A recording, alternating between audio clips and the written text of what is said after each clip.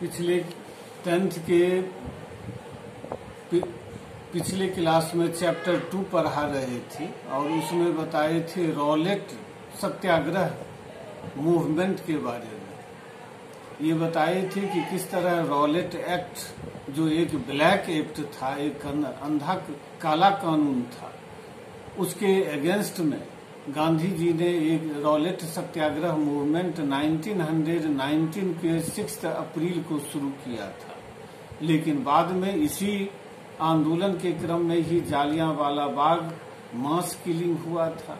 और उसके कारण जो है सो हिंसा फैल गई थी और हिंसा फैलने के कारण इस आंदोलन को अंत में गांधी जी सस्पेंड कर दिए, स्थगित कर दिए और इस तरह यह आंदोलन खत्म हुआ। अब गांधी जी की यह सोच थी कि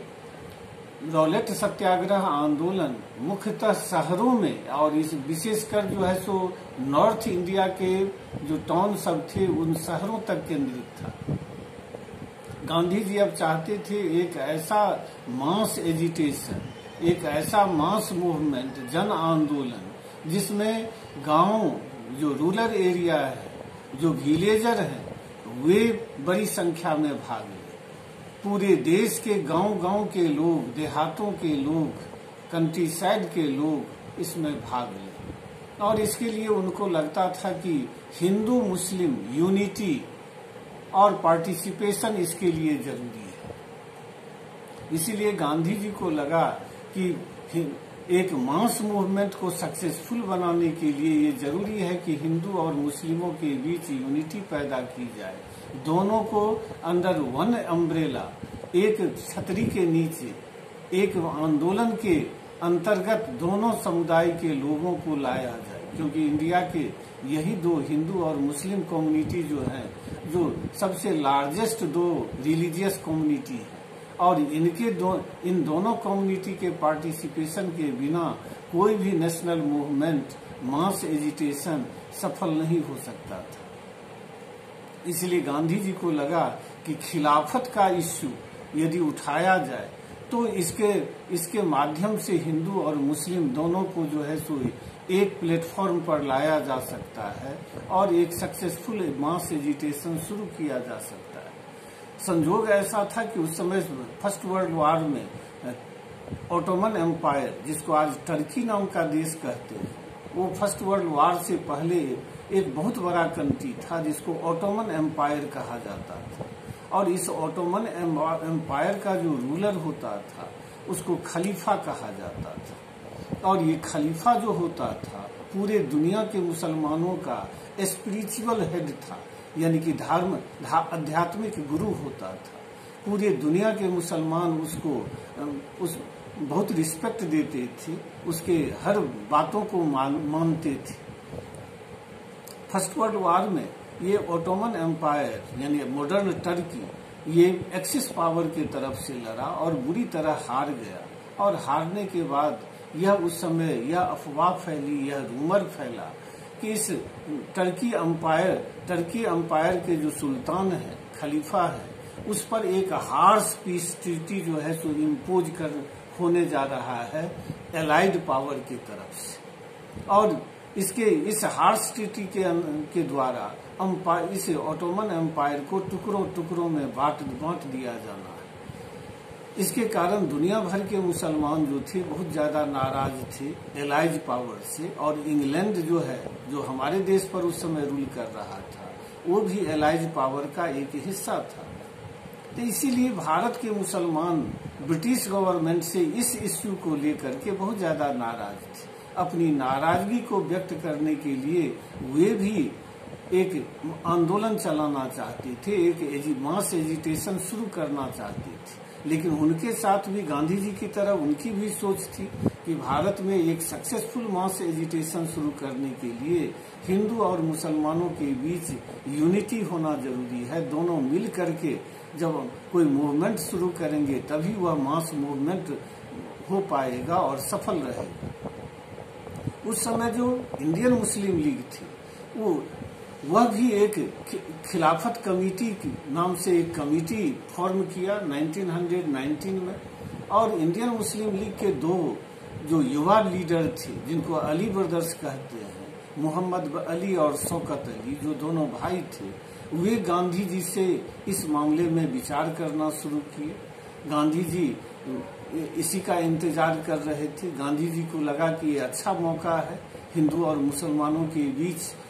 एकता पैदा करने का, उनको एक प्लेटफॉर्म पर लाने का, इसीलिए वो इसका समर्थन करने लगे। गांधी जी ने सितंबर 1920 को कलकत्ता में कांग्रेस की मीटिंग जब हुई वर्किंग कमेटी की, तो उसमें उन्होंने दूसरे कांग्रेस के लीडर सबको यह बात बताई और उन्होंने बताया कांग्रेस के दूसरे लीडर को कि वे एक ऐसा मूवमेंट शुरू करना चाहते हैं जो खिलाफत के सपोर्ट में हो और साथ साथ स्वराज के सपोर्ट में हो। बात आगे बढ़ी और उसके बाद 1920